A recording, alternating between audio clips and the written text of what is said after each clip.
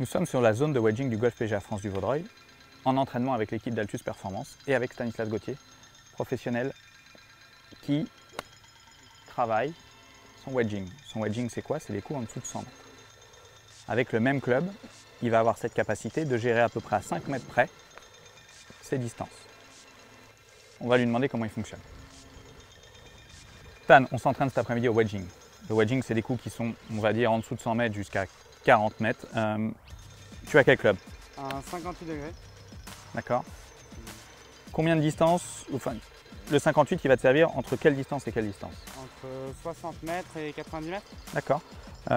Comment est-ce que tu vas gérer les différentes distances? Comment toi tu fonctionnes pour être sûr de la distance que tu vas faire avec ce club? En fonction de là où je prends le grip.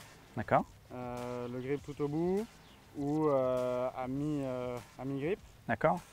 Et par l'amplitude. D'accord. Donc un plein swing, un 3/4 et un demi. D'accord.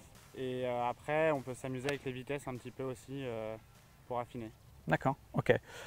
Qu'est-ce que tu nous proposes? Est-ce que tu peux nous expliquer aujourd'hui? On aimerait voir 3 distances. Quelle est la distance maximum que tu fais avec ce club-là? 90, 92. D'accord. 90, 92, c'est parti. Donc pour 90, 92, ça va être? Mon grip au milieu, D'accord. car j'utilise rarement le grip au fond pour le plein coup et un plein swing. Alors 90. 87, 86, 8. 88, 3. Le taux d'exigence que nous avons est à peu près 5% de la distance. Donc 1,7, on n'est pas loin d'être dans ce qu'on cherche, voire un peu mieux. Qu'est-ce qu'on peut faire comme deuxième distance? 80, ok. 83. Troisième distance, Tam? 70. 70,6. Donc là, on constate que sur les 3 coups qu'il a fait, 90, 80, 70, il n'a à aucun moment fait évoluer le grip, il a fait évoluer l'amplitude. Donc ça, c'est pour, je dirais, d'aller de 10 mètres à 10 mètres. Ensuite, s'il a besoin d'affiner, il jouera sur le grip pour retirer ou ajouter 5 mètres de plus. Notre manière de fonctionner est simple.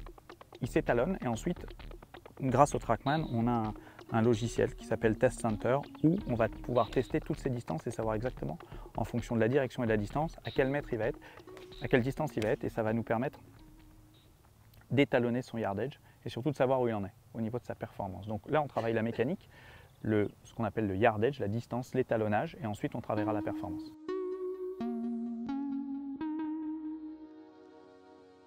Au-delà de cet outil, vous pouvez complètement sur le practice, grâce aux cibles, ou sur un trou plutôt plat, en matérialisant les différentes distances à l'aide de clubs, de sacs, de sauts de balle, vous entraîner de la même manière. Et je pense que ce qui est très important et intéressant dans ce que dit Stan aujourd'hui, c'est qu'il y a plusieurs manières d'étalonner. Avec le même club, vous avez cette capacité de faire plusieurs distances, soit par des amplitudes différentes, soit par des hauteurs de grip différentes sur le club. Ça, c'est à vous de déterminer avec quel fonctionnement vous allez être le meilleur et vous allez pouvoir gérer le mieux vos distances.